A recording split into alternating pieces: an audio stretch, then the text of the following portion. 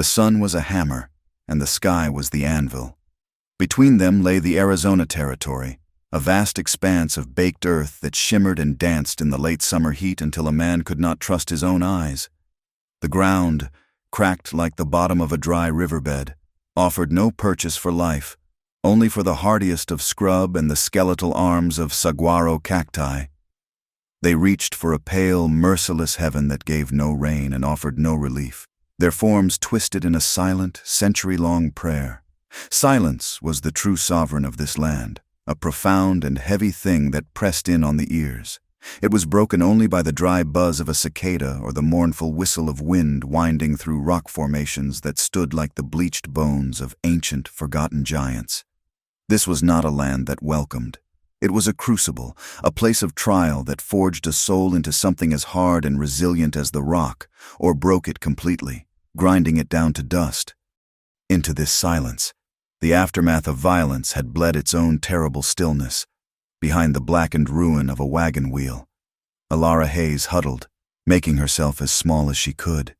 She was barely 20 years old, and the world she had known, the future she had dreamed of, was now just ash and debris scattered across the pale dust. The remnants of the small wagon train were a testament to the terrible swiftness of the attack. Charred planks of wood, crates splintered and looted of their meager contents, and the still, silent forms of the people who had been her companions, her husband, Thomas, the Miller family, with their 2 young boys, the German blacksmith and his wife. All of them lay under the indifferent gaze of the sun. Their journey ended. The raid had happened hours ago, a whirlwind of noise and terror that had left her in a state of shock so deep it felt like a physical paralysis. Her limbs were heavy, her mind a thick, gray fog. It refused to process the totality of the scene, the sheer magnitude of her loss. Instead, her gaze kept snagging on small, meaningless things, as if by studying them closely enough, she could hold the larger horror at bay. She stared at a scrap of calico from her own dress, a pattern of tiny blue flowers caught on a splintered floorboard of their wagon. She watched a determined line of black ants march across a discarded biscuit, carrying away crumbs from a meal that would never be finished, and she fixated, with a strange and terrifying detachment, on the specific shade of crimson soaking into the dust around Thomas. It was not the bright red she would have imagined. It was a deep, dark color, almost black where it had dried, a stark and ugly stain on the landscape. Grief was a physical pressure building behind her eyes and in a tight band around her chest, but it had not yet found the release of tears. She was a ghost set adrift in the wreckage of her own life, hollowed out and empty. The sun beat down, and she did not feel its heat. The flies began to gather, and she did not wave them away. She was nothing but a pair of eyes, seeing but not comprehending. As the day began to die, bleeding purple and orange and soft rose across the western horizon. The first crack appeared in her wall of shock. The oppressive heat lessened, and a deceptive coolness began to settle in the air, bringing with it the primal demands of the body. Thirst. It was a rasp in her throat, a thickness on her tongue. Fear came next, a cold and sharp companion to the thirst. It pierced through the fog, telling her what she already knew deep down. She could not stay here. The attackers could come back for anything they had missed, or the other predators of the desert, the 4-legged and the 2-legged kind, would be drawn by the scent of death. With hands that trembled so badly she could barely unhook it from its peg, she retrieved Thomas's canteen. It was nearly empty. She took a small sip. The water was warm and tasted of tin, but it was the most precious thing in the world. Her movements were stiff, her joints aching as if she had aged 50 years in a single day. She moved through the terrible tableau of her ruined life, her mind now a maelstrom of fear and a desperate, nascent will to survive that she never knew she possessed. She gathered what little she could, a half-empty sack of cornmeal from a looted crate, Thomas's hunting knife, its handle worn smooth from his grip, still in its sheath by his side. Taking it was the hardest thing she did, forcing her to look at him. Really look at him, for the first time since it happened. His eyes were open, staring at the vast, empty sky. She could not bring herself to close them. Lastly, she took her small, leather-bound Bible from the overturned chest that had held her personal things. Its pages were filled with the familiar, comforting words of a world that no longer existed, a world of church bells and Sunday dinners and the simple, abiding faith that God was good and His world was ordered. Her first steps away from the wagon were the hardest she had ever taken. Each one felt like a betrayal, an abandonment of her husband, of their life together. She was leaving behind everything she had ever known, walking away from the only person who had ever made her feel safe. She forced herself not to look back, not even once. To look back would be to break. The landscape that stretched before her was an alien world of jagged peaks and deep, shadowed canyons. The setting sun cast long, menacing shadows that seemed to claw at her heels. She was utterly, terrifyingly alone. She walked until her feet were raw and the moon was high in the sky, a cold, hammered silver coin in an ocean of black ink. The silence was absolute now, and in it, she could hear the frantic, terrified beating of her own heart. Days bled into one another, a grueling and indistinct cycle of pain and endurance.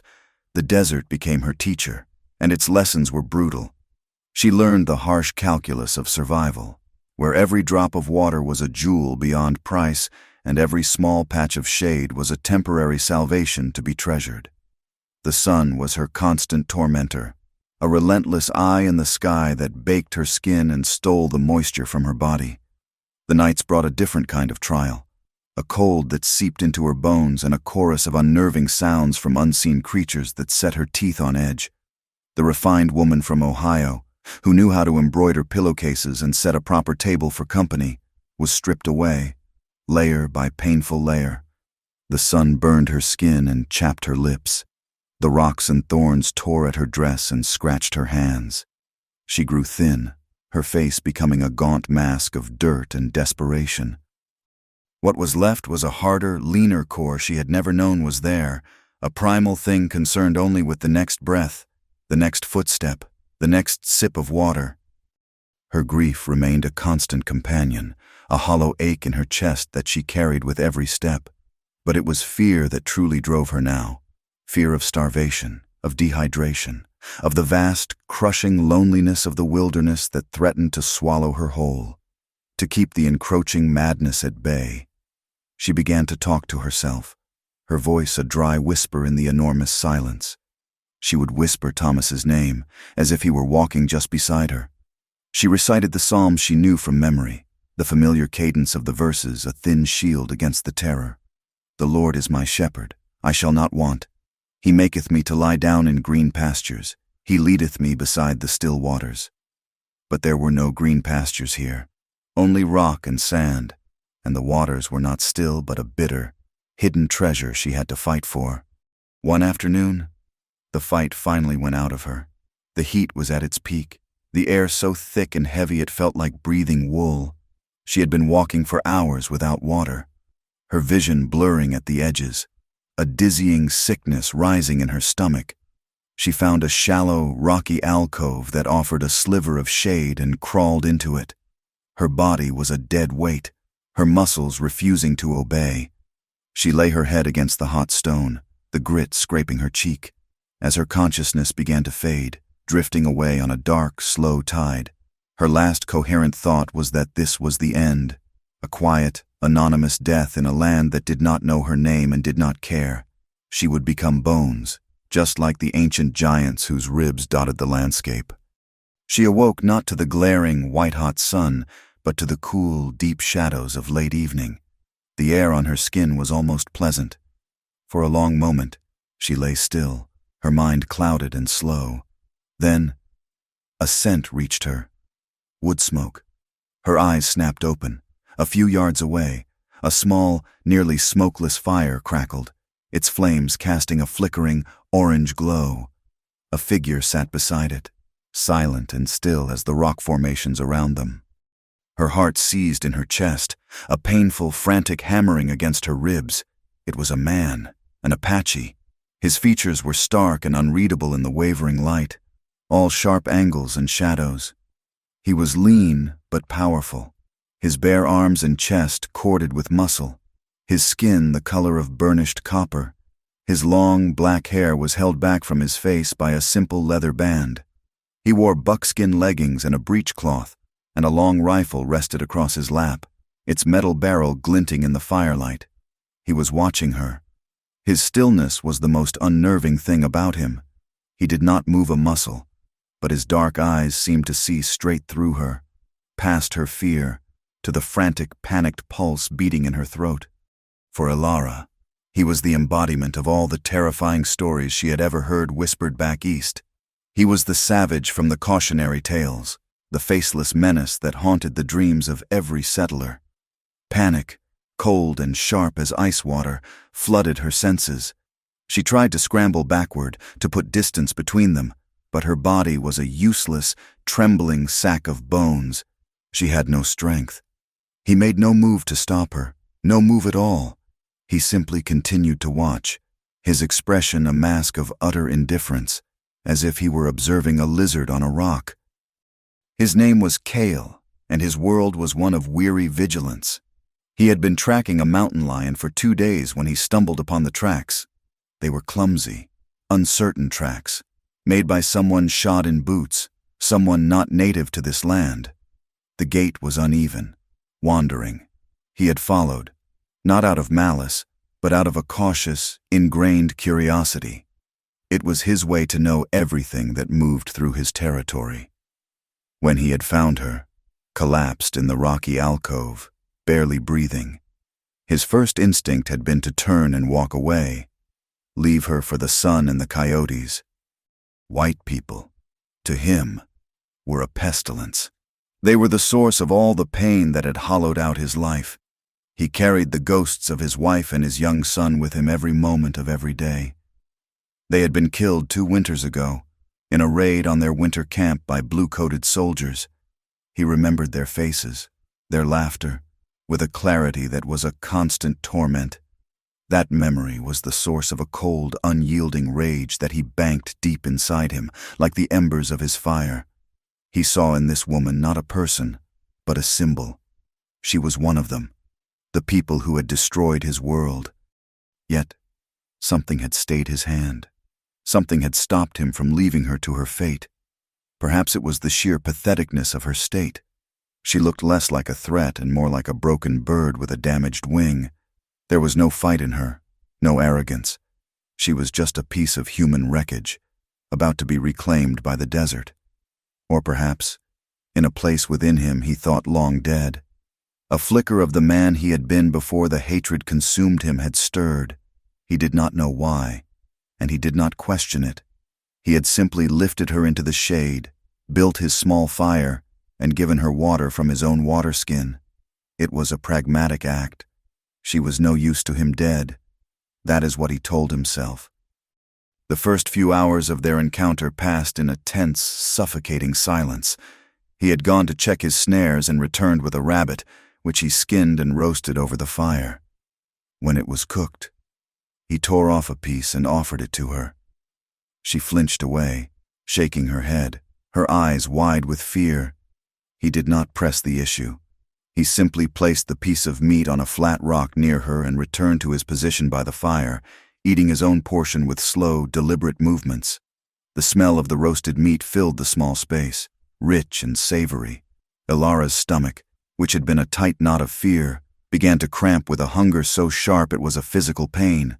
For a long time, she fought it, her fear and pride warring with the basic, animal need of her body. In the end, the body won. She reached out a trembling hand, took the meat, and ate it, feeling a profound and bitter sense of humiliation with every bite. The act felt like a surrender. She was his captive, her life entirely in his hands. He did not speak to her. She had no words for him. The only language that passed between them was one of power and submission. He was the master of this domain, of the fire and the food and the water. She was a fragile, trespassing ghost, kept alive only by his will. She found herself watching his every move. Her fear mingled with a grudging fascination. There was an economy and purpose to each of his actions. The way he cleaned his knife after eating, wiping it on a piece of leather until it shone. The way he would pause and lift his head, listening to the night sounds with an intensity that made her realize she was practically deaf to the world around her. His body was a study in coiled potential, relaxed but ready to spring into action at a moment's notice.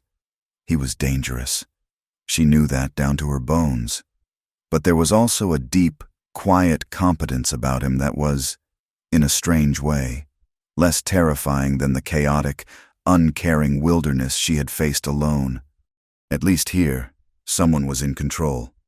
The next morning, Cale made his decision. He had weighed his options through the long, silent hours of the night. He could not leave her here. She was too weak to survive on her own, and to abandon her now felt like a different kind of killing. But he could not take her to the nearest white settlement, either. A lone Apache warrior bringing in a half-dead white woman would invite questions, suspicion, and danger he was unwilling to face. So, there was only one other path.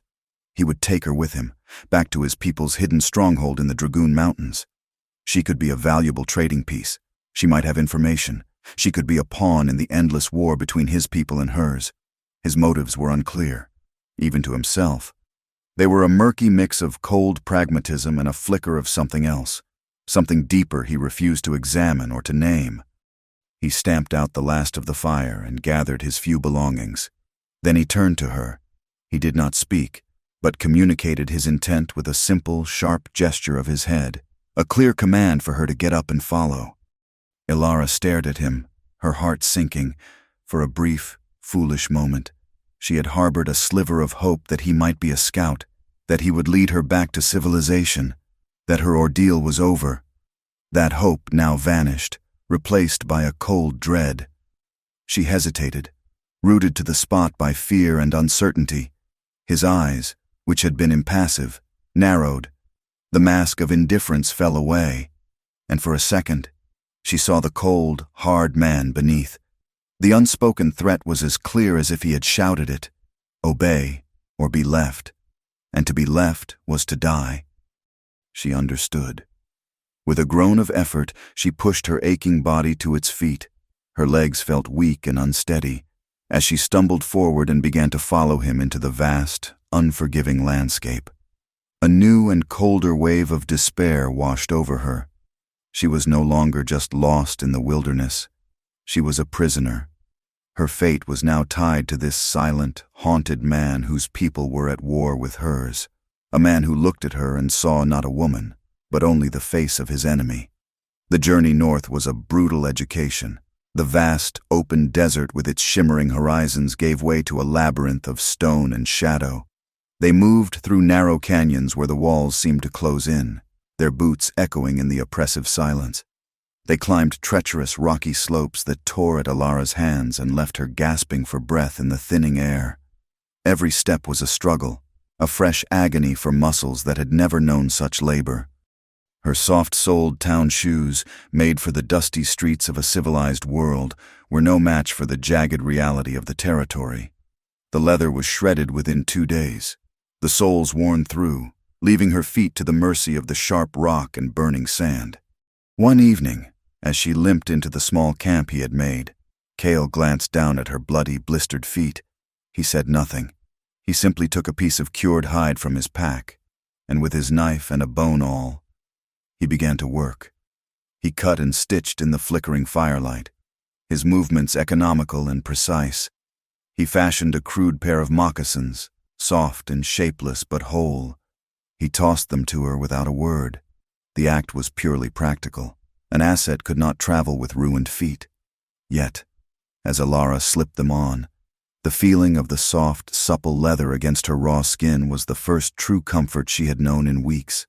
It was a comfort so profound it was nearly painful, a reminder of a gentler world she had lost. Cale set a relentless pace. He moved with a fluid, ground-eating stride that seemed to flow over the terrain, never stumbling, never hesitating. He was a part of the landscape, and she was a clumsy intruder struggling to keep up. He did not slow for her.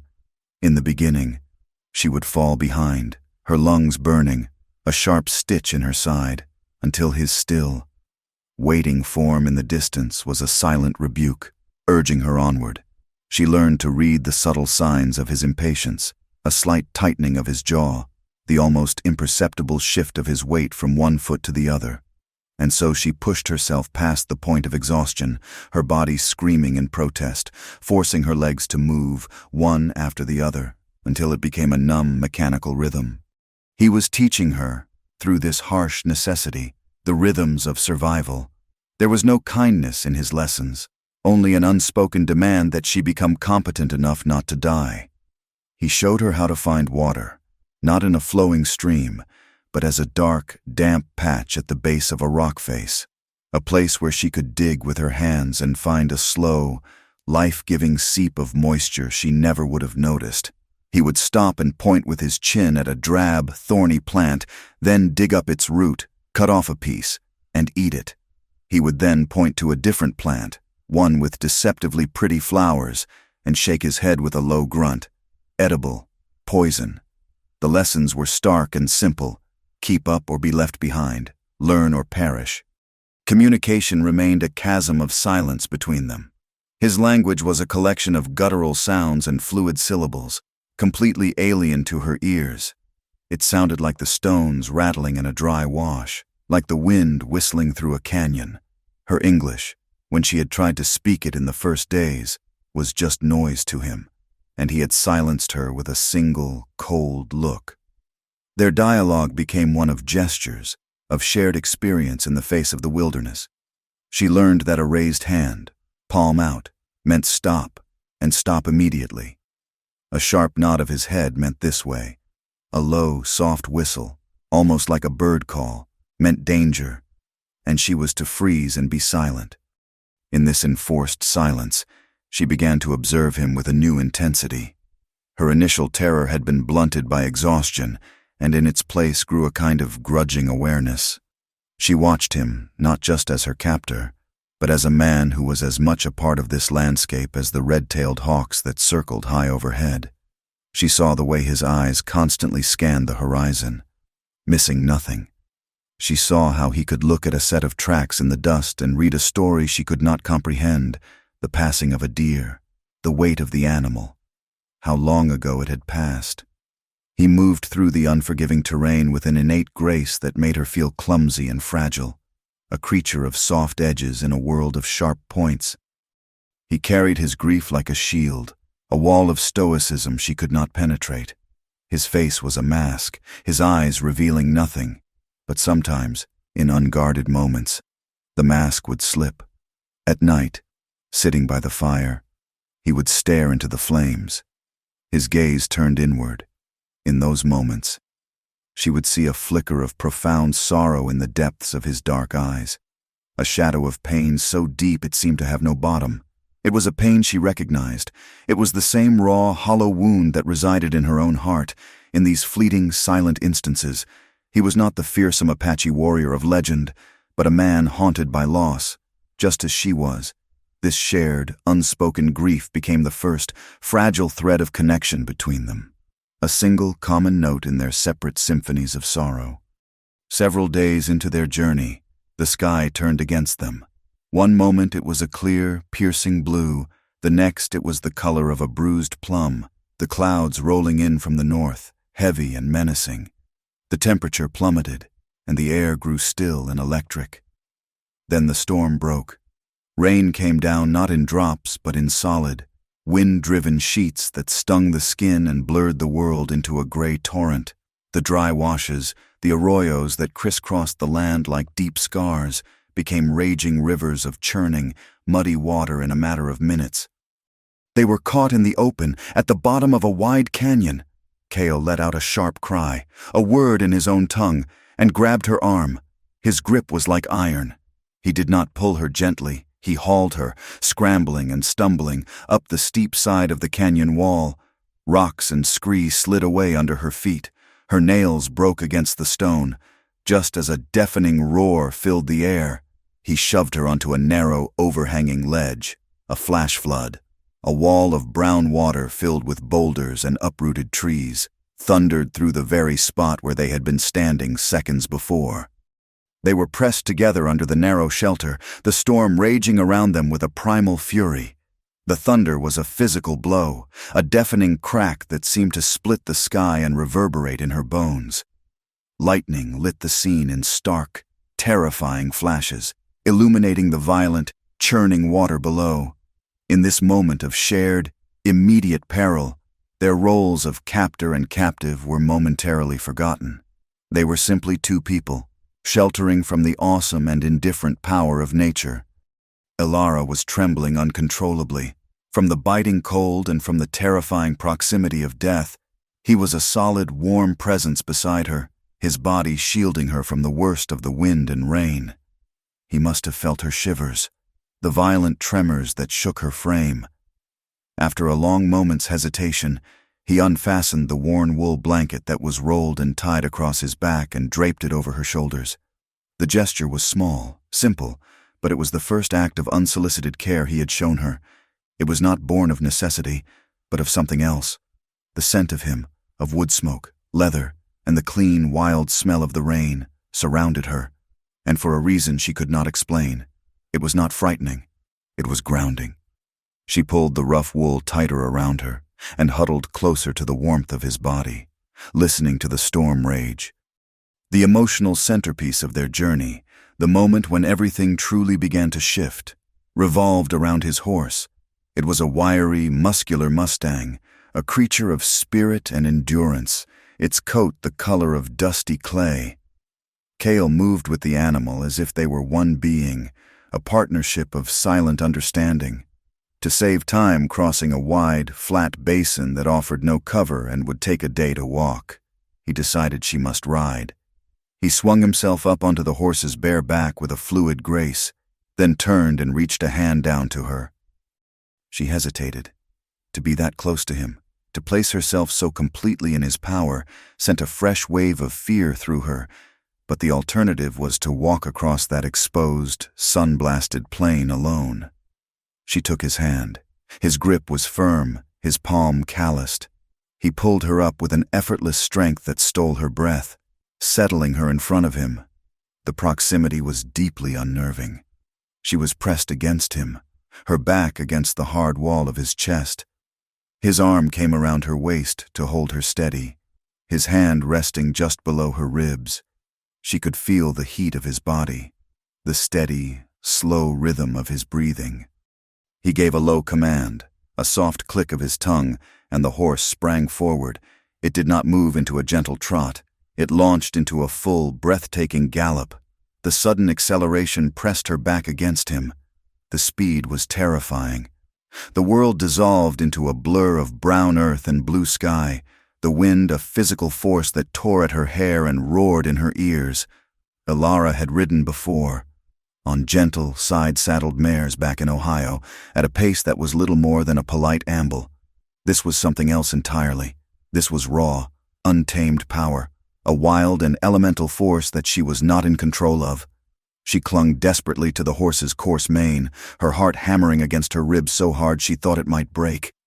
A scream was caught in her throat, a tight, painful knot of terror. The pace was too much, the feeling of utter powerlessness overwhelming. It was a terrifying echo of the attack on the wagon, another moment when her life had been violently thrown out of her own hands. Panic, stark and absolute, overtook her. "Stop!" she cried out, but her voice was a thin thing, snatched away and lost in the rushing wind. She began to struggle, her fear making her writhe in his grip, a trapped animal trying to escape. She could not breathe. It was all happening too fast, a complete loss of control that her traumatized mind could not handle. Hot tears streamed from her eyes, mingling with the dust on her cheeks. "Please," she gasped, twisting her head to try and look at him, her voice breaking, strangled by fear and tears into a desperate whisper. "Be gentle. It's too fast." Her words, raw with terror and a vulnerability she had never intended to show him, cut through his concentration.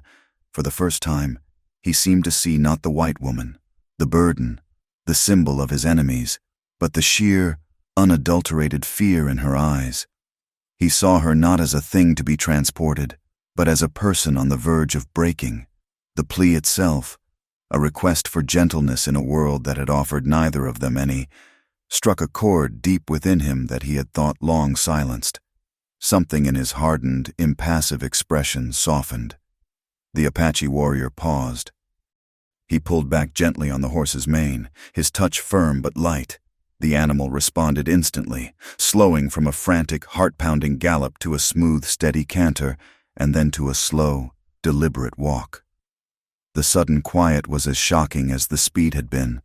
The roar of the wind died down to a whisper. He did not let go of her, but his touch changed. The iron grip around her waist that had been purely for security, for holding an object in place, now became something else. It was a reassuring, steadying presence. His hand, which had been tense and hard, relaxed its grip, its warmth seeping through the thin, worn fabric of her dress. The change was subtle, a minute shift in pressure, but to Alara, it was monumental. He had heard her.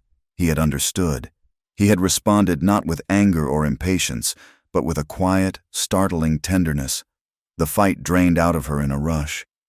She slumped against him, her body boneless with relief, and a great, ragged sob of pent-up fear and grief and utter exhaustion finally escaped her.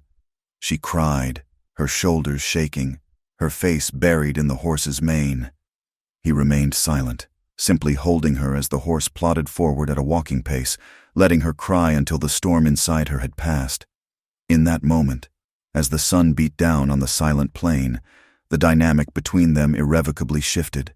The wall of fear and mistrust that had separated them, a wall that had seemed as high and solid as the mountains themselves, developed its first real crack. He was no longer just her captor, and she was no longer just his prisoner. A fragile, unspoken understanding had passed between them. It was not trust, not yet, but it was the seed from which trust might grow. As they continued their journey in the days that followed, the atmosphere between them was different. The silence was still there, but it was no longer heavy with tension and fear. It had become more comfortable, more companionable. He began to slow his pace to match hers when they walked. When they stopped for water, he would wait until she had drunk her fill before he drank. At night, when they made camp, he no longer sat on the opposite side of the fire like a guard watching a prisoner. He sat closer, sharing the small circle of warmth and light. He began to teach her a few words in his language. He would touch the waterskin and say, "Tu." She would repeat it, her tongue clumsy around the unfamiliar sound. "Tu," she would say, and he would give a slight nod. Water. He taught her da for no and I for yes. One evening, as the setting sun painted the high cliffs in brilliant hues of rose and gold, he looked at the spectacle and said a word that was soft and musical. "Goju." He was not looking at her, but at the beauty of the world. She repeated it. "Goju. Beautiful." She, in turn, would point to a tree and say its English name. Tree. He would listen, his expression unreadable, but she knew he was learning, too. It was a slow, clumsy process, a bridge being built across their cultural chasm, one fragile word at a time. This part of their story ended not with a dramatic event, but with a quiet, powerful moment of change. They were camped for the night in a sheltered cove, the fire casting long, dancing shadows on the canyon walls. He was mending a tear in his moccasin, his strong, calloused hands she knew to be capable of terrible violence, moving with a surprising dexterity and care as he pushed the bone needle through the leather. She sat across from him, watching the firelight play on his focused face, and for the first time, the feeling that rose in her as she looked at him was not fear. It was a profound and unsettling sense of curiosity, and something else, something she dared not put a name to, something that felt dangerously like a nascent, fragile hope. Their arrival at Kale's destination came without warning. They had been climbing for days, moving through a rugged, broken country of massive granite boulders and ancient, twisted oak trees. One afternoon, they passed through a narrow defile between two sheer rock faces, and the world opened up. It was not a large settlement, but a small, resilient community nestled in a shallow basin. A hidden rancheria protected by the towering peaks of the Dragoon Mountains. a collection of wiki-ups, domed structures of brush and hide, blended so seamlessly into the landscape that from a distance, they were nearly invisible. For Ilara, stepping into this world was like stepping onto another planet. The air itself was different, thick with the unfamiliar scents of piñón smoke, roasting meat. And something else, something wild and earthy she could not name. The sounds were a low hum of activity, the rhythmic scrape of a tool against hide, the laughter of children playing a game with stones, and the constant murmur of a language she could not comprehend.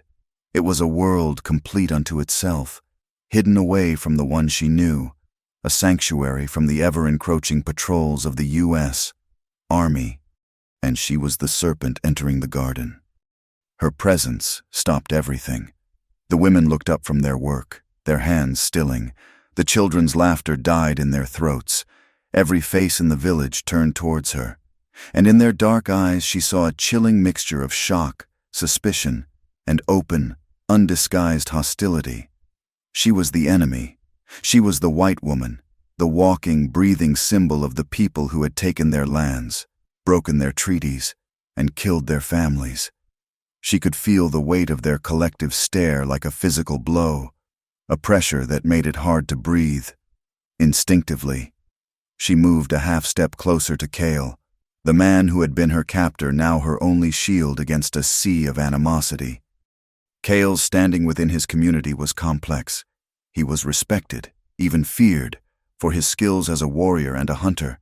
No one could track like Kale, and few could match his deadly quietness in a fight. But his solitary nature, a trait that had become more pronounced since the loss of his family, had set him slightly apart. His grief was a private country, and he allowed no one else in. To bring a white woman here, to walk her into the very heart of their hidden stronghold, was a controversial, almost reckless act. He was immediately confronted. Two men approached, their expressions hard and questioning. One was older, a stern, weather-beaten man with the unmistakable air of authority. The other was younger, closer to Kale's age, his face a mask of raw anger, his eyes burning with a hatred that was fresh and personal. This was Chato, a warrior whose wife had also been killed by settlers. His hatred for whites was not a memory, it was a raw, open wound. The older man, the chief, spoke first, his voice low and sharp. Kale answered, his tone measured and calm. A tense, rapid exchange followed in their native tongue. Ilara stood frozen, unable to understand a single word but comprehending everything. She was the subject of their debate, a piece of property to be discussed. Chato spoke next, his voice louder, laced with accusation as he jabbed a finger in her direction. He took a step towards her, and Kale shifted his body slightly, a subtle, almost imperceptible movement that placed him more squarely in front of her. The entire village had gathered, listening in absolute silence. Kale began to speak to them all, his voice carrying in the still air. He explained that he had found her near death in the desert, a survivor of an attack. He told them she was alone, that her people were all dead. He said that she might hold some value as a hostage, a bargaining chip, or a source of information about the movements of the soldiers. It was a pragmatic, logical explanation, one that carefully omitted the subtle shifts in their relationship, the shared blanket in the storm, the moment of terror and tenderness on the horse. It was a speech designed to appeal to reason, not to emotion. Yet, Chato was not convinced. His narrowed eyes darted from Kale to Ilara and back again.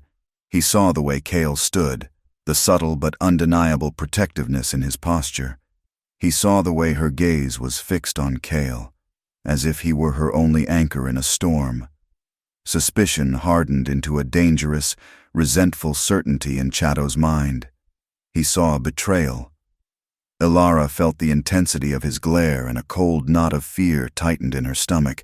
She was a spark thrown into a powder keg, and she could feel the fuse already burning. She was given a small, isolated wickiup at the edge of the camp, set slightly apart from the others. It was a prison cell with walls of brush. The other women shunned her completely. When she ventured out for a drink from the communal spring, they would turn their backs on her, falling silent until she had gone. Or they would mutter insults in their own language, words whose meaning she could feel in their venomous tone even if she could not understand them. The children, reflecting the attitudes of their parents, were either fearful or cruel. The younger ones would stare with wide, frightened eyes before running away. The older ones would sometimes throw small stones in her direction when they thought no one was watching, the pebbles stinging her ankles. Her loneliness was immense, a different and somehow sharper kind of isolation than she had felt in the wilderness. There, she had been alone with the land, a vast and indifferent companion. Here, she was alone in a crowd, a ghost moving through a world of people who wished she did not exist. Her only human contact was with Kale. He brought her food each day, a bowl of venison stew, a stack of warm corn cakes, or the sweet, roasted heart of an agave plant. These brief moments became the focal point of her existence, in the relative privacy of her small dwelling, away from the prying, hostile eyes of the village. The fragile bond they had forged on the journey began to strengthen. He started to teach her more of his language in earnest. He would point to the bowl and say the word for food. He would point to the fire and give its name. She learned quickly, her mind sharp, driven by a desperate need to understand the world around her, and more importantly, to communicate with the one person who showed her any semblance of kindness. As the weeks turned into a month, their halting conversations deepened. They moved beyond simple words for objects and began, slowly and hesitantly, to share the stories of their pasts, the sources of their shared pain. One night, sitting just outside her wickiup under a thick blanket of brilliant, cold stars, she told him about her life in Ohio. She spoke of the green hills and the tidy farm she and Thomas had dreamed of. She described the gentle, quiet nature of her husband, his calloused hands that were surprisingly deft at fixing a broken clock, his easy laugh. Her voice was soft with sorrow, and as she spoke of her loss, she finally allowed herself to cry freely, the tears she had held back for so long tracing clean paths through the dust on her cheeks. Cale listened in silence, his presence a steady, solid anchor in her sea of grief. He did not offer empty words of comfort. He simply sat with her, sharing her silence when her words ran out. In return, he shared his own tragedy, something she sensed he had not spoken of to anyone in a long, long time. He told her about his wife, Naylan.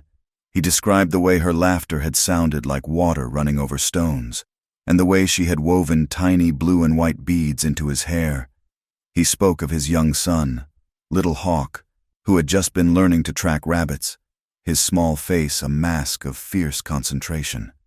He described the morning the soldiers came to their winter camp, the sound of the gunfire echoing off the canyon walls, the smoke, the screaming, and then the terrible, echoing silence that had followed. As he spoke, the stoic mask he wore so constantly crumbled, revealing the raw, unhealed wound beneath. His voice, usually so steady, grew rough with an emotion he could not hide. Ilara saw his pain, a perfect and terrible mirror of her own. Without thinking, moved by an impulse that came from the deepest part of her, she reached out and placed her hand on his arm. He flinched at the contact, his muscles tensing under her touch, but he did not pull away. The contact, the simple human touch, hung in the air between them, fraught with meaning. In that shared moment of vulnerability, their connection deepened into a profound and startling empathy. They were no longer just a white woman and an Apache man, captive and captor. They were two survivors, two broken souls who had looked into the abyss of loss and had now found, in each other, a reflection of their own sorrow and a glimmer of solace. This growing emotional intimacy inevitably blossomed into a quiet, deeply felt romance. It was not a romance of grand declarations or flowery words. It was a romance built of small, significant moments that passed between them in the stolen minutes they had together. It was in the way he brought her a single, perfect wildflower, a splash of brilliant scarlet he had found while hunting in the high country. It was in the way she took his torn buckskin shirt and mended it, her stitches neat and careful, a small act of domesticity that felt both strange and deeply comforting in this wild place. One evening, he came to her wickiup after the village had settled into sleep. He motioned for her to follow him, his eyes serious in the moonlight. They walked in silence, away from the camp, climbing a narrow, winding path up into the mountains. He led her to a place she had never seen, a hidden spring nestled in a small grotto. The water pooled in a basin of smooth, dark rock, clear and still, surrounded by lush ferns that grew in the damp shade. The moon was high, its silvery light filtering down through the trees, making the water glitter. It was a place of profound peace, a world away from the tension and hatred of the village below. It felt sacred. Here, away from all prying eyes, the last of their barriers fell. He turned to look at her, and for the first time, his eyes were not filled with the ghosts of his past or the caution of a warrior. They were filled with a raw, tender emotion that made her heart ache. He reached out and touched her face, his calloused fingers tracing the line of her jaw with a reverence that undid her. The desire that had been simmering between them for weeks, born of loneliness, empathy, and a primal, undeniable attraction, finally surfaced. He leaned in, and their first kiss was gentle, hesitant. It was a question and an answer all in one. It was not the hungry kiss of passion, but the searching kiss of two lonely souls finding a home in one another. It was a moment of profound emotional climax, a desperate and beautiful act of finding life in the midst of so much death. Their secret moments of intimacy became their sanctuary. They found ways to meet away from the village, in the deep quiet of the oak groves or in the long shadows of the canyons as the sun was setting. In these stolen hours, they were not defined by their races or their pasts. They were simply a man and a woman, stripped of everything but the intense, all-consuming connection they shared. Their physical relationship was a discovery, a slow, tender exploration. It was passionate and fierce, an affirmation of life against the constant threat of death that surrounded them. Cale, who had only ever known the customs of his own people, was gentle and patient with her, learning her body and her responses with an intuitive grace that humbled her. And Ilara, who had only known the fumbling, dutiful intimacies of her marriage to Thomas, discovered a depth of passion and a fierce, burning desire within herself that was both exhilarating and frightening. Their lovemaking was more than a physical act. It was a communion, a language of its own that needed no translation. It spoke of comfort, of healing, and of a desperate, defiant love that had taken root in the most barren of soils. But a secret so bright could not be kept in the shadows forever. Chato, his initial suspicion never fading, began to watch them. His hatred for Ilara was an obsession, and he saw her as a sickness that had infected Cale, a weakness that would endanger them all. He noticed the small things, the quiet, lingering glances that passed between them, the way Cale's shoulders would relax slightly when she was near. He began to follow Cale when he left the village in the evenings. One night, his vigilance paid off. He followed Cale up the winding path to the hidden spring, hiding himself in the deep shadows of the rocks. He watched.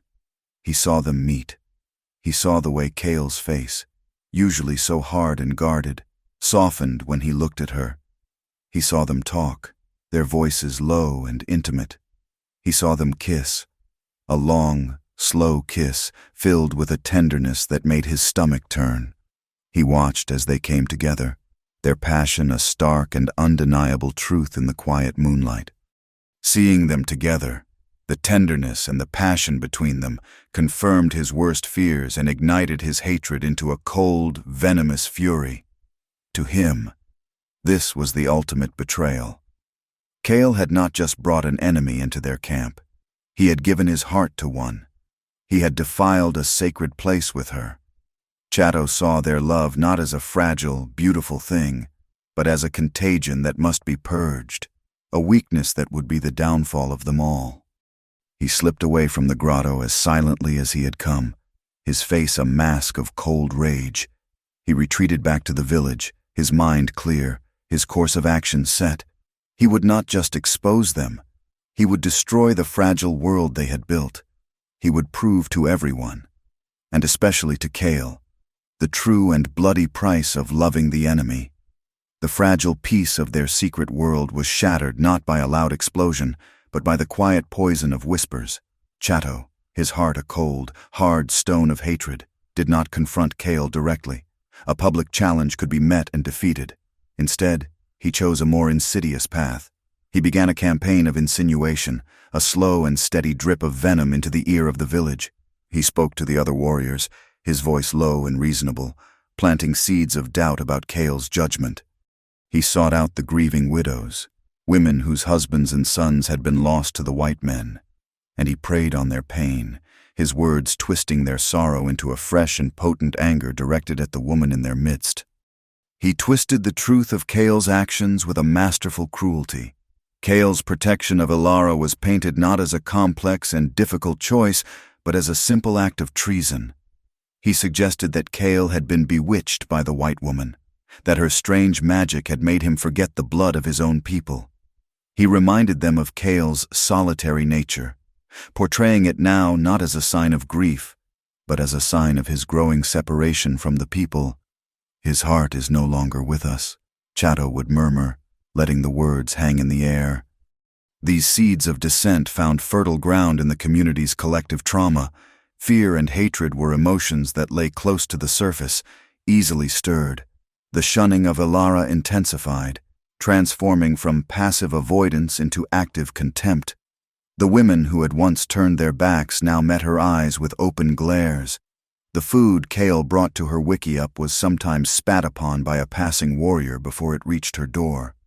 The social pressure on Kale became immense.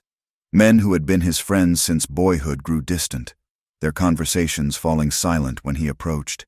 He felt the weight of his community's disapproval in every averted gaze, every cold shoulder. The isolation he had once chosen as a balm for his grief was now a prison being built around him. He became more fiercely protective of Ilara, his defiance hardening his resolve. But in the quiet moments, he was acutely aware that they were living on borrowed time.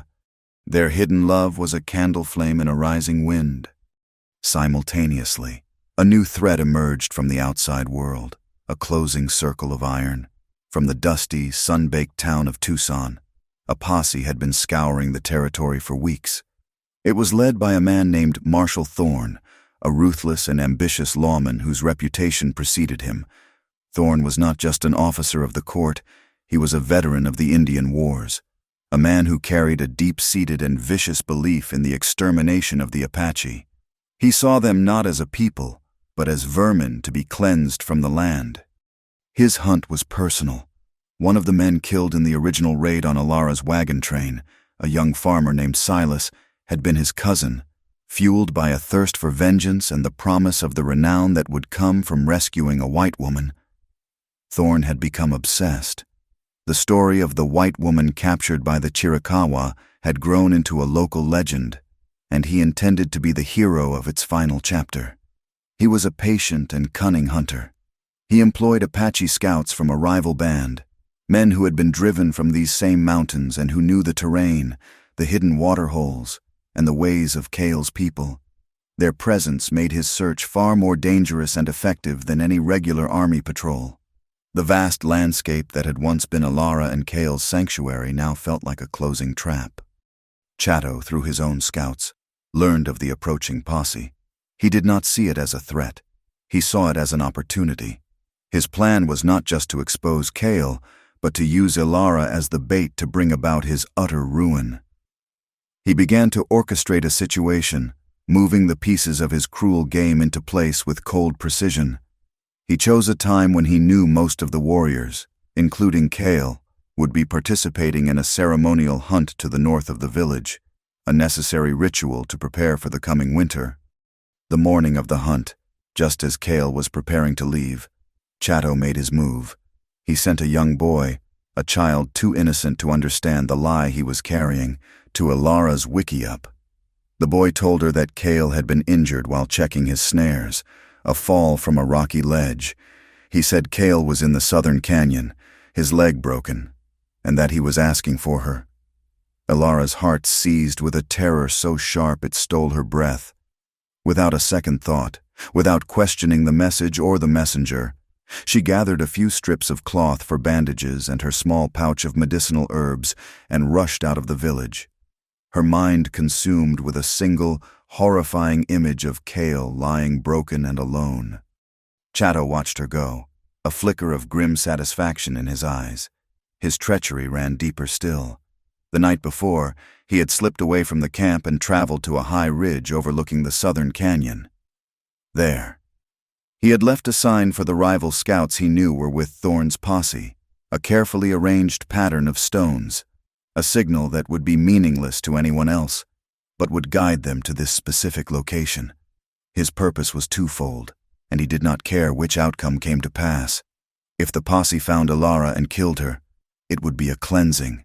Their camp would be rid of her corrupting presence, and he would have proven that she was a danger to them all. If they captured her, it would be even better. He knew Kale. He knew Kale would sacrifice everything, would walk into any trap, to get her back. That path would lead to Kale's death, and perhaps even to the exposure of their hidden stronghold, a terrible price. But one Chatto was willing to pay to purge the sickness of Kale's love.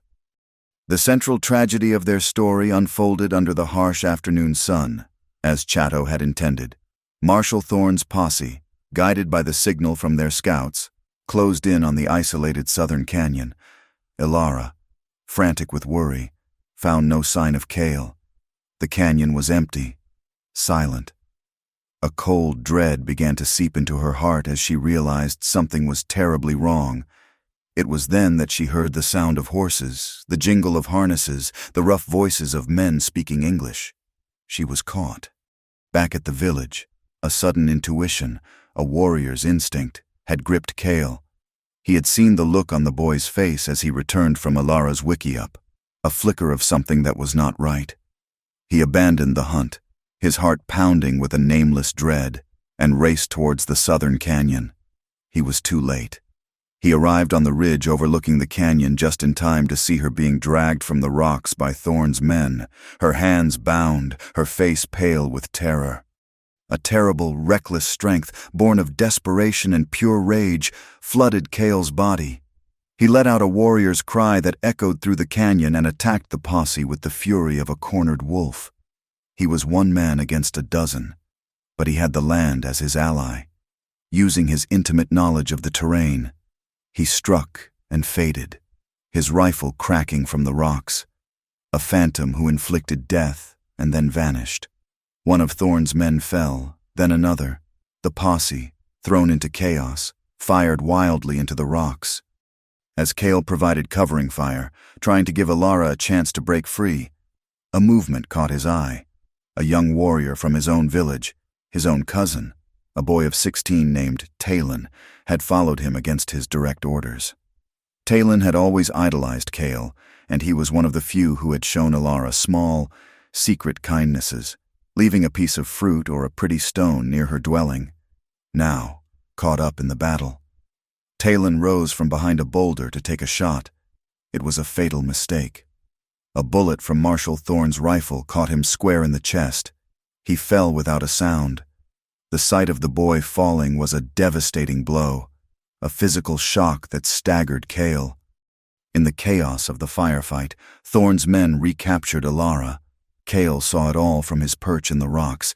He saw Talon's still form. He saw Ilara struggling uselessly in the grip of two rough men.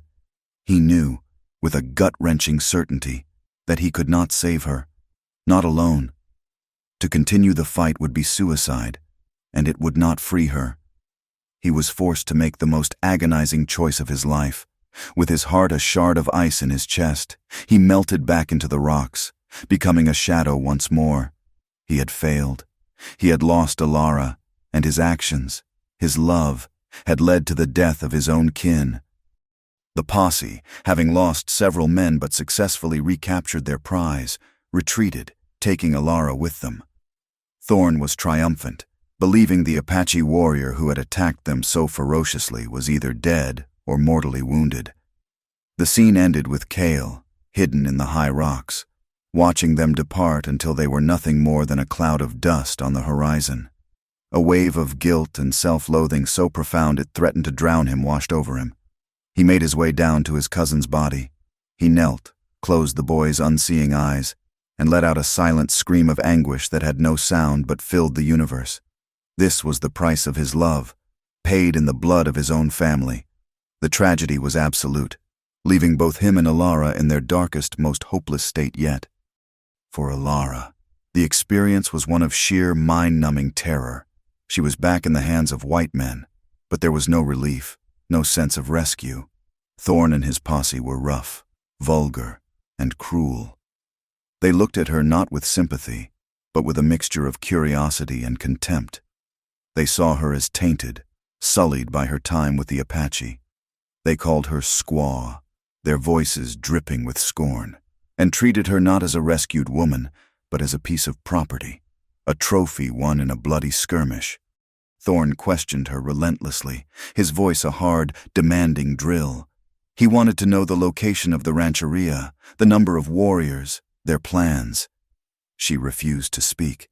Her mind was consumed with the horrifying image of Talon falling, and the gut-wrenching belief that Kale must have been killed as well. The lone, ferocious attack, and then the sudden, terrible silence.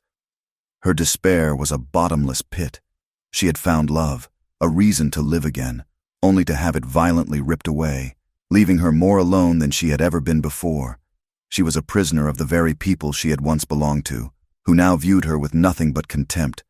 Her silence was her only remaining armor, her last defiant act of loyalty to the man she believed was dead. Back in the Apache camp, Kale faced the consequences of his actions. He carried Talon's body back to the village, a terrible, heartbreaking journey. The sight of the dead boy turned the community's grief into a torrent of accusation, and it was all directed at him. Chato stood before the chief and the council, his face a mask of righteous sorrow.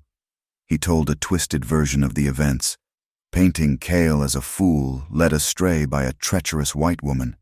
He claimed she had signaled the soldiers, that she had led them to the canyon, and that Talon had died defending the very man who had brought this disaster upon them. It was a masterful, venomous lie. Kale did not defend himself. The guilt of Talon's death weighed on him too heavily. He saw the truth of his own culpability in the tragedy, even if he did not know the depths of Chato's betrayal. It was his love for Alara that had brought her here.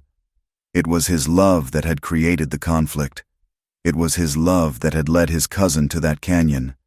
In his own mind, he was guilty. He stood before the council, his spirit crushed, and accepted the blame in silence.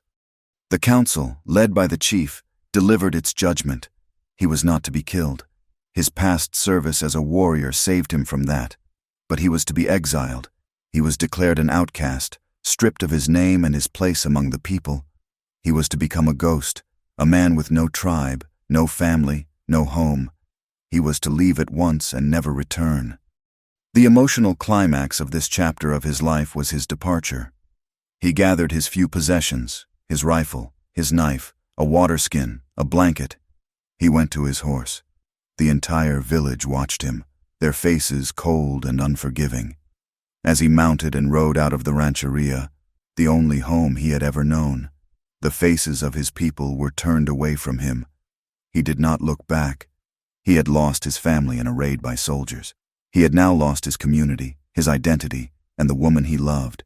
He was utterly, completely alone, a ghost riding into a hostile world with nothing left but a burning, impossible mission, to find Alara, even if it cost him what remained of his life.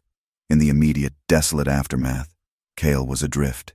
He rode into the vast wilderness, but this time his solitude was not the familiar comfort of habit, nor the quiet choice of a grieving man. It was the profound, soul-crushing emptiness of exile.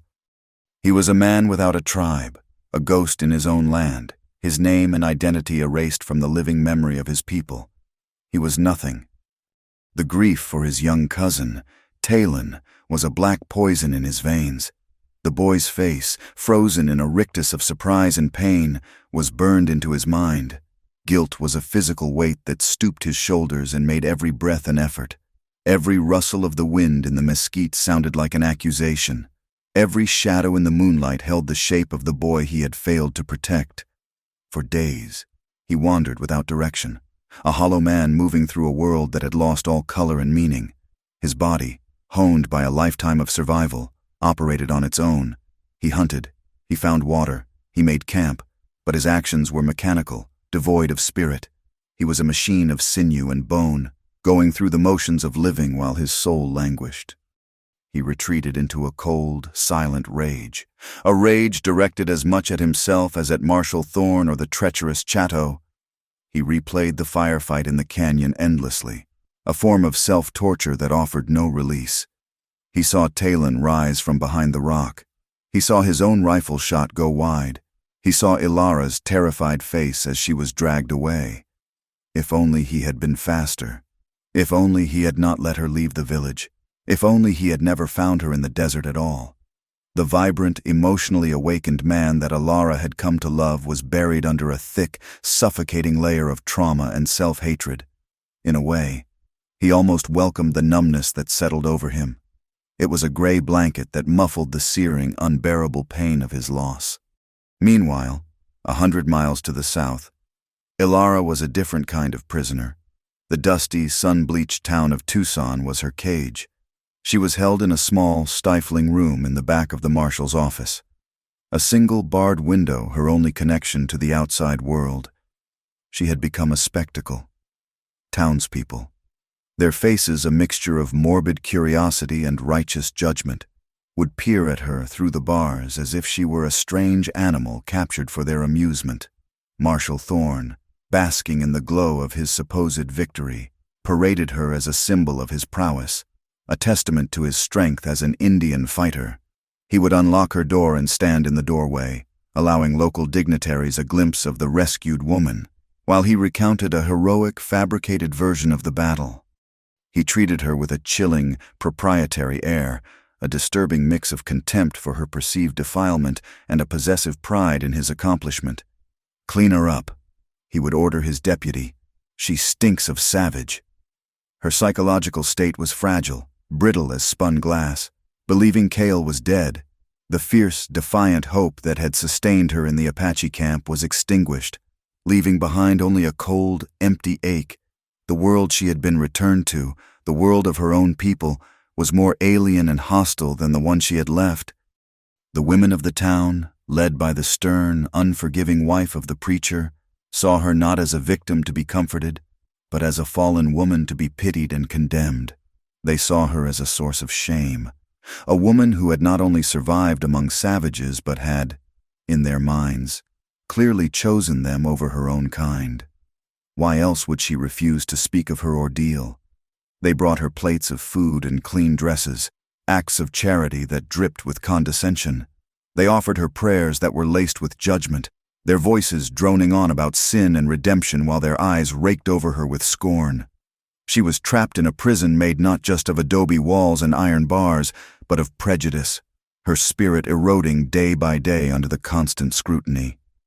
She refused to speak of her time with Cale, her silence her only remaining armor, her only way to protect the sacred memory of what they had shared. This silence infuriated Thorne.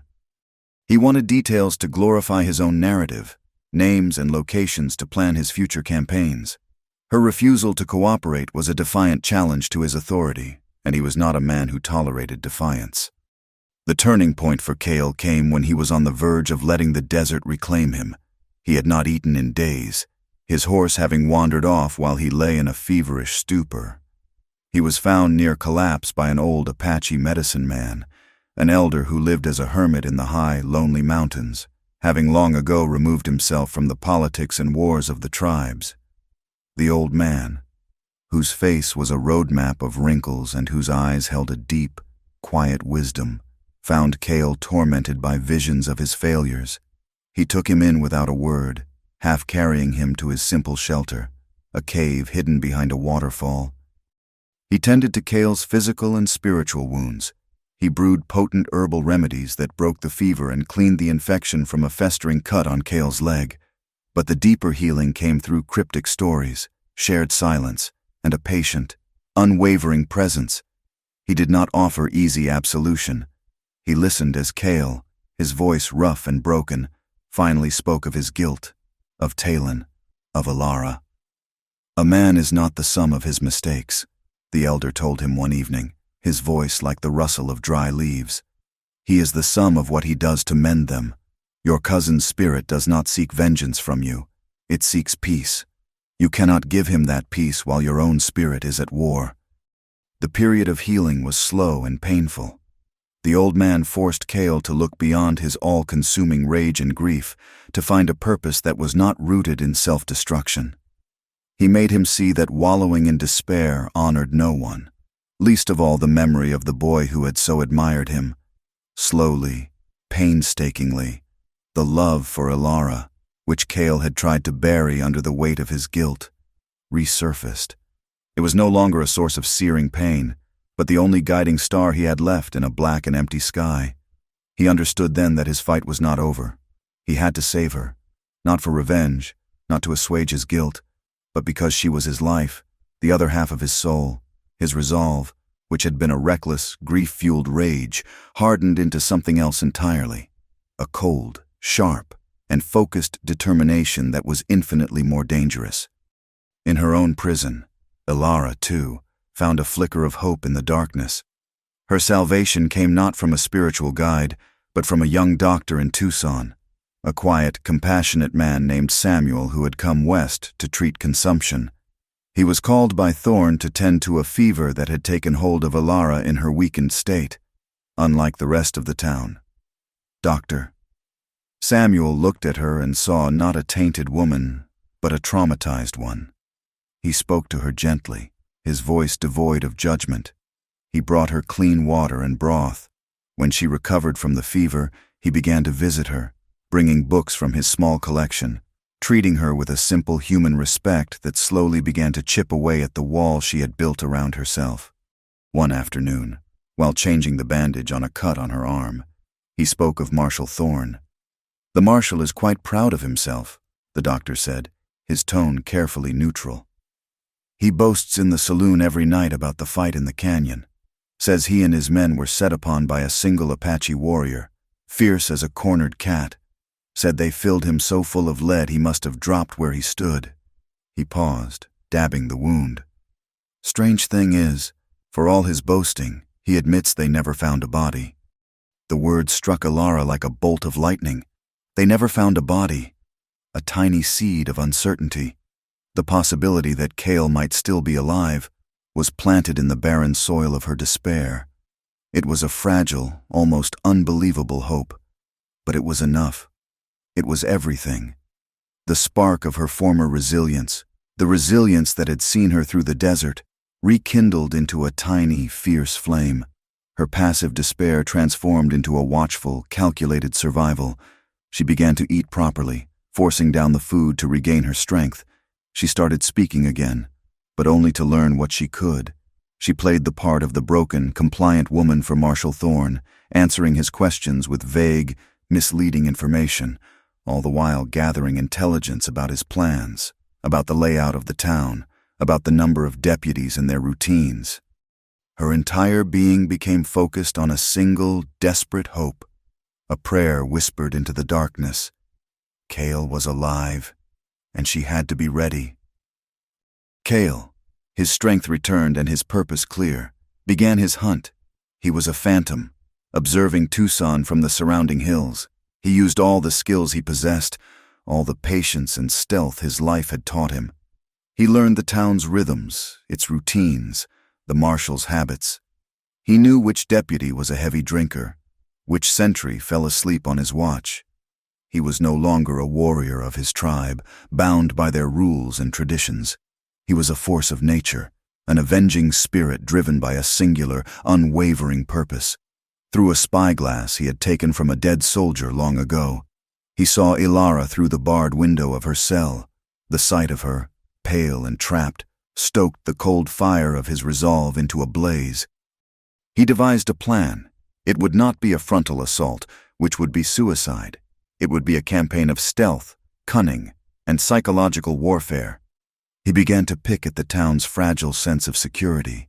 A series of small, unsettling events began to occur. A sentry's horse vanished in the middle of the night, its rope cut clean. A small supply shed on the edge of town was set ablaze, the fire casting dancing, demonic shadows. Strange symbols, Apache symbols of warning, began to appear painted in mud on the walls of the saloon, on the door of the blacksmith shop. The townsfolk grew nervous, their fear feeding on itself. They began to speak in hushed tones of a ghost, a vengeful Apache spirit haunting their town. Marshal Thorne became increasingly paranoid and erratic, his blustering confidence cracking under the strain. He tightened his grip on the town, posting more guards, and in his frustration, he tightened his grip on Alara, keeping her locked away more securely than ever. The emotional climax of their separation, the moment of their reunion, came on a moonless night. Cale created a major diversion at the north end of town, using a series of burning, pitch-soaked arrows. He stampeded a large herd of cattle being held in a pen for a cattle drive. The ensuing chaos was immediate and absolute. The thunder of hooves, the panicked shouts of the cowboys, the bellowing of frightened animals. It drew Thorne and most of his men away from the center of town, a frantic rush to save their valuable livestock. In the confusion, Cale slipped into the town, a shadow among shadows. He moved with a silent, deadly grace, his path already mapped in his mind. He reached the alley behind the marshal's office, the back of the small adobe jail, the window of Alara's cell. She was awake, her heart pounding. The commotion from the north end of town was a terrifying sound, but it had also ignited a wild, irrational hope in her chest. She was standing at the bars, peering into the darkness, when a shape detached itself from the deeper shadows. She saw his face in the faint starlight, and for a long moment, she thought she was dreaming, that her grief had finally conjured a vision to break her mind. His name was a choked, breathless whisper on her lips, Cale! Seeing him alive, solid and real, was like being reborn. It was a sudden, violent rush of life and hope that drove the air from her lungs. He put a finger to his lips, and then he went to work. He had a stolen crowbar, and he worked the tool silently, expertly, into the sun-baked adobe around the weak iron bars. The mortar crumbled. He worked with a focused intensity, his muscles straining. When the opening was large enough, he pulled the bars free and set them silently on the ground. He reached for her. The moment their hands touched was an explosion of relief, a silent, powerful confirmation of everything they had endured and everything they meant to each other. He pulled her through the narrow opening, and for a brief, breathless moment, there in the dark alley, they held each other. It was a desperate, silent embrace that spoke of grief, of loss, of fear, and of a love that had, against all odds, survived the fire. "I thought you were dead," she whispered into his chest, her voice thick with tears. "Not while you live," he replied, his own voice rough with an emotion he had thought long buried. They both knew this was not the end of their struggle. It was only the beginning of the next, more dangerous chapter. But in this moment, reunited in the heart of enemy territory, they were whole again. They had faced the ashes of their separate lives and had found the one ember still glowing. And they chose, together, to fan it into a flame. The escape from Tucson was not a moment of triumph, but a tense and desperate flight into the blackness of a new moon night. Cale had a second horse hidden in a dry arroyo miles from town, a tough, rangy gelding he had acquired for this purpose. They rode hard, pushing the animals to their absolute limit, their hooves pounding a frantic rhythm against the hard-packed earth. There was no time for relief, no breath for celebration. Every nerve was strained, every sense attuned to the sounds of pursuit. Their freedom was a fragile, unhatched thing, and the gnawing anxiety of the hunt was the only emotion they could afford. They were two fugitives against the world. They had no allies to turn to, no sanctuary to run to. The Apache had cast him out. The white world would see her as a traitor and him as a menace. They were utterly, completely alone, a tiny island of two in a vast and hostile sea.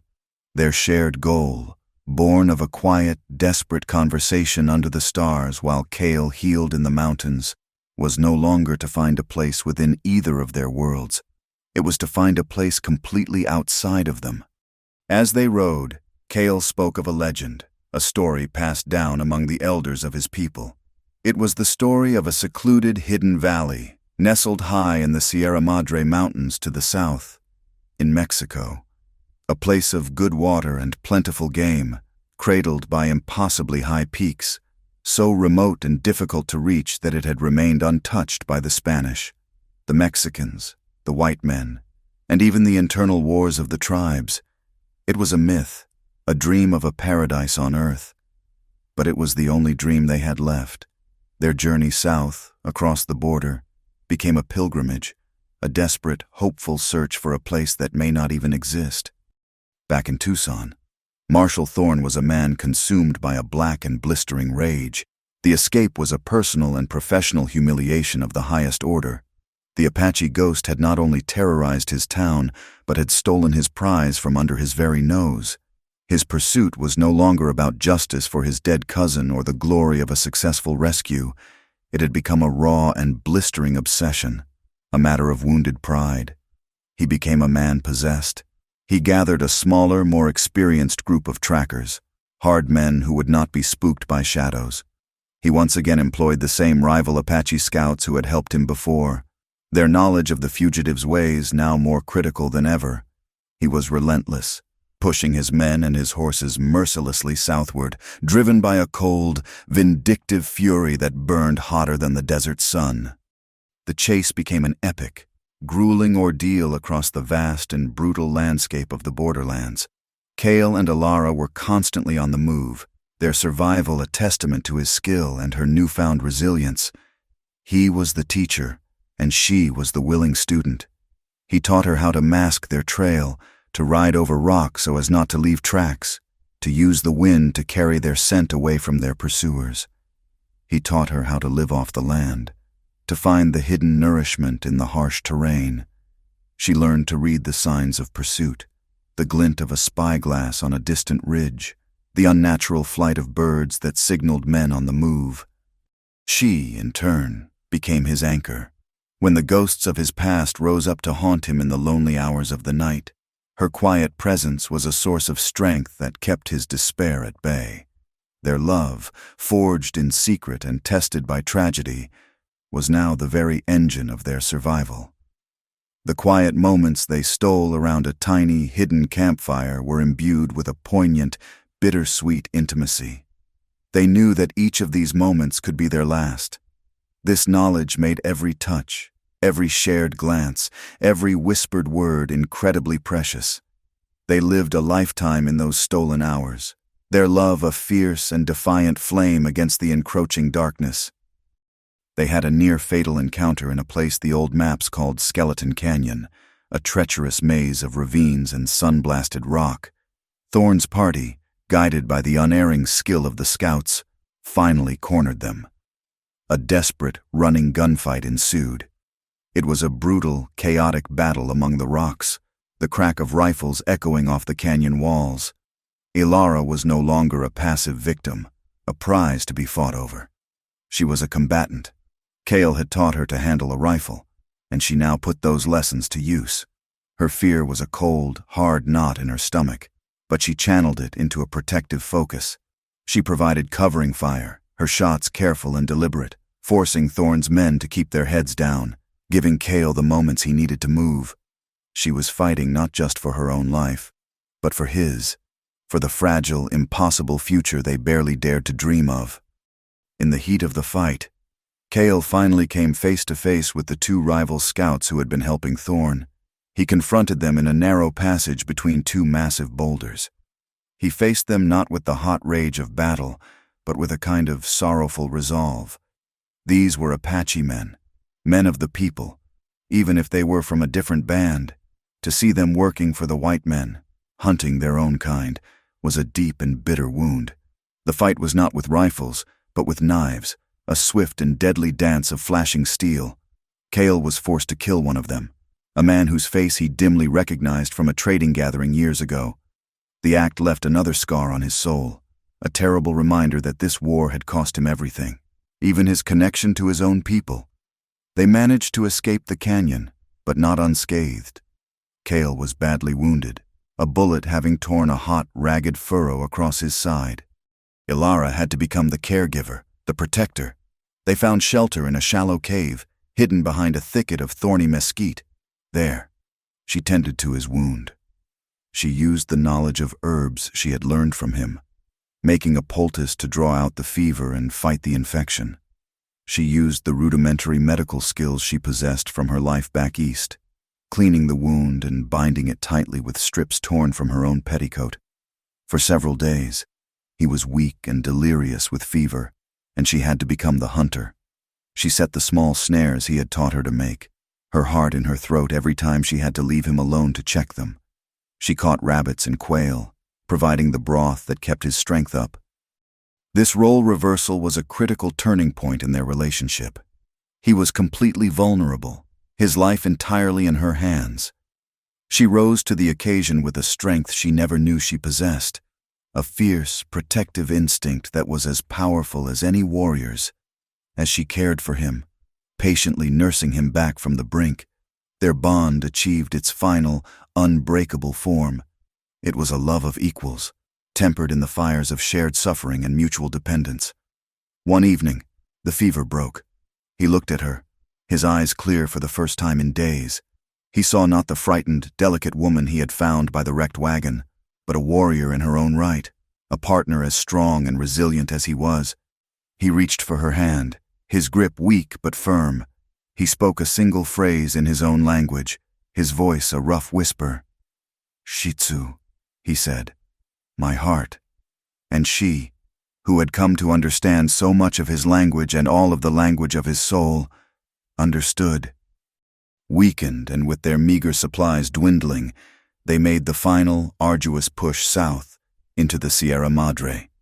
The terrain became the most difficult they had yet faced, a vertical world of soaring, saw-toothed peaks and impossibly deep canyons. It was a land that did not want to be crossed. Marshal Thorne, believing them wounded and cornered, followed with a relentless, obsessive tenacity. He was a bloodhound that would not give up the scent. The final confrontation took place on a high, narrow mountain pass, with a sheer drop on one side and a wall of unscalable rock on the other. There was no more running. Cale, though not fully recovered, knew he had to end this here, or they would never be free. He prepared an ambush, using the last of his strength and his intimate knowledge of the mountains. The final battle was not a glorious showdown. It was a desperate, brutal, and intimate struggle for survival. He took out the remaining posse members one by one, using the terrain to his advantage, until only one man was left, Marshal Thorne. Cale faced him, man to man, on that windswept pass. It was a fight not just of weapons, but of wills. Thorne was a big man, strong and full of a rage fueled by hate and ego. Cale was weakened, driven by something else entirely, a love for the woman watching from the rocks above that was more powerful than any a single man could possess. The fight was ugly and short. In the end, Cale was victorious, but the cost was immense. He stood over Thorne's still body, battered and bleeding, his breath coming in ragged gasps. Thorne's death brought him no satisfaction, no feeling of victory, only a profound and bone-deep weariness. The hunt was finally over.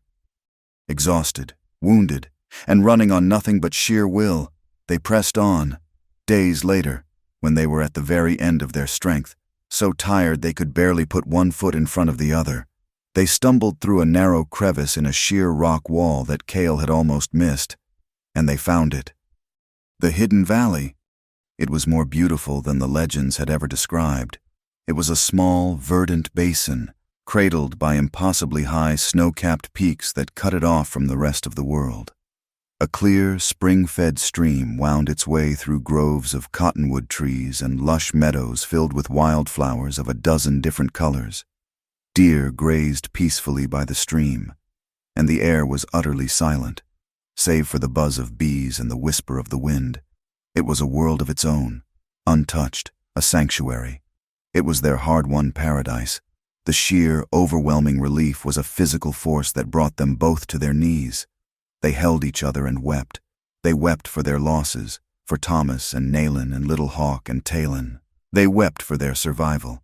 And they wept for the brutal, bloody journey that had finally, impossibly, brought them to this final peace. The story concludes a year later. Ilara and Cale have built a life in the valley.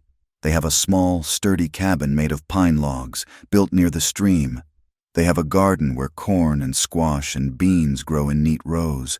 They live a life of simple, peaceful self-sufficiency. Ilara is pregnant, her belly swollen with the promise of a new beginning, a life born not of one world or the other, but of the unique and powerful union they have forged. The final scene shows them sitting together on the porch of their cabin, watching the sunset paint the mountain peaks in hues of orange and purple. They are safe, they are together, and their love is absolute. Yet, their peace is bittersweet. They are entirely alone, forever exiled from the world they once knew. They are ghosts. Their names faded into cautionary tales back in the dusty settlements of the Arizona Territory. Their memory erased from the tribe that cast them out.